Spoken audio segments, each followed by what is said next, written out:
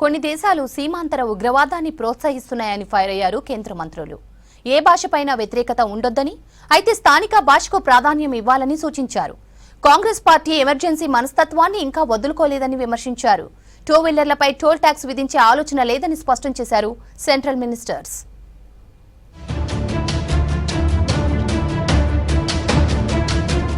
భారతదేశంలో ఏ భాషపైన వ్యతిరేకత లేదని అన్నారు కేంద్ర హోంమంత్రి అమిత్ షా. ఏ విదేశీ భాషపై వ్యతిరేకత కూడా ఉండొద్దన్నారు. స్థానిక భాషను కీర్తించుకోవాలని సూచించారు. ఢిల్లీలో language department golden Jubilee celebrations లో పాల్గొన్న అమిత్ షా మన భాషలోనే ఆలోచించాలన్న పట్టుదల ఉండాలని చెప్పారు.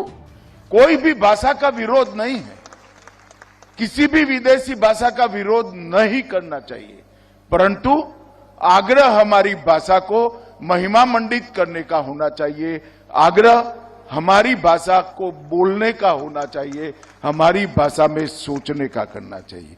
और पूर्णतः विकसित राष्ट्र की संकल्पना तभी हो सकती है जब विरासत को परिभाषित करने का भाषा एकमात्र माध्यम है, इसका महिमा मंडन हो।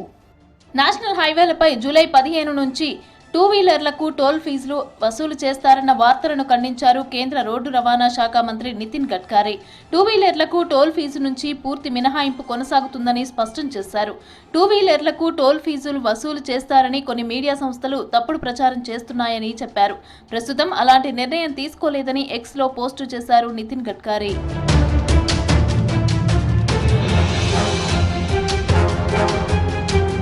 పాకిస్తాన్ పై పరోక్ష విమర్శలు చేశారు రక్షణ మంత్రి రాజ్నాథ్ సింగ్.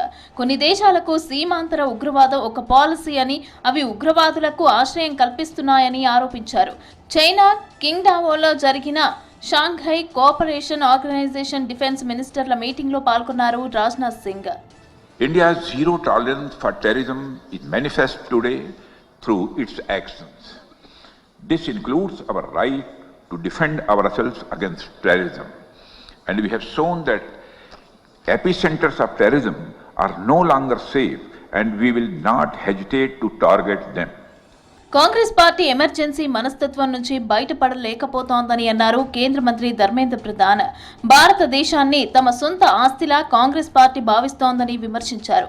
ఆ పార్టీ మనస్తత్వాన్ని బయటపెట్టడం తమ బాధ్యత అని, అందుకే జూన్ 25న బీజేపీ రాజ్యాంగ హత్య దినోత్సవం జరుపుతోందని చెప్పారు.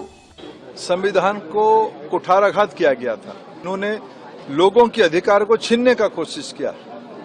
उस मानसिकता में आज भी उस पार्टी ग्रसित है। उनके खानदान के लोग आज भी मानते हैं देश हमारी जागीर है।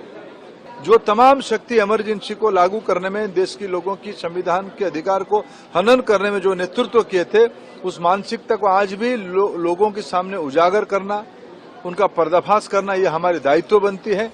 అధునాతన వ్యవసాయం ఎలా చేయాలనే దానిపైన రైతులకు అవగాహన కల్పిస్తామని అన్నారు కేంద్ర మంత్రి శివరాజ్ సింగ్ చౌహాన్. మధ్యప్రదేశ్ ఇండోర్లో పర్యటించిన ఆయన స్వయంగా ట్రాక్టర్ నడిపారు.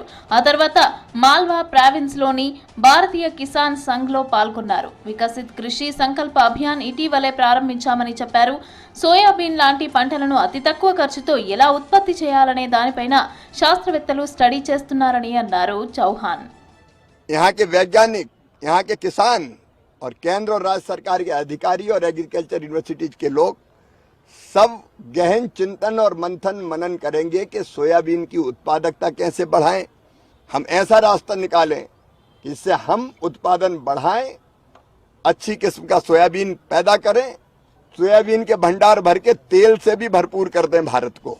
చైనాలో జరుగుతున్న షాంఘై కోఆపరేషన్ ఆర్గనైజేషన్ డిఫెన్స్ మినిస్టర్ల మీటింగ్ లో నిరసన వ్యక్తం చేసింది భారత్. జాయింట్ డాక్యుమెంట్ లో పహల్గామ్ ఉగ్రదాడిని చేర్చలేకపోవడంపై అభ్యంతరం తెలిపింది.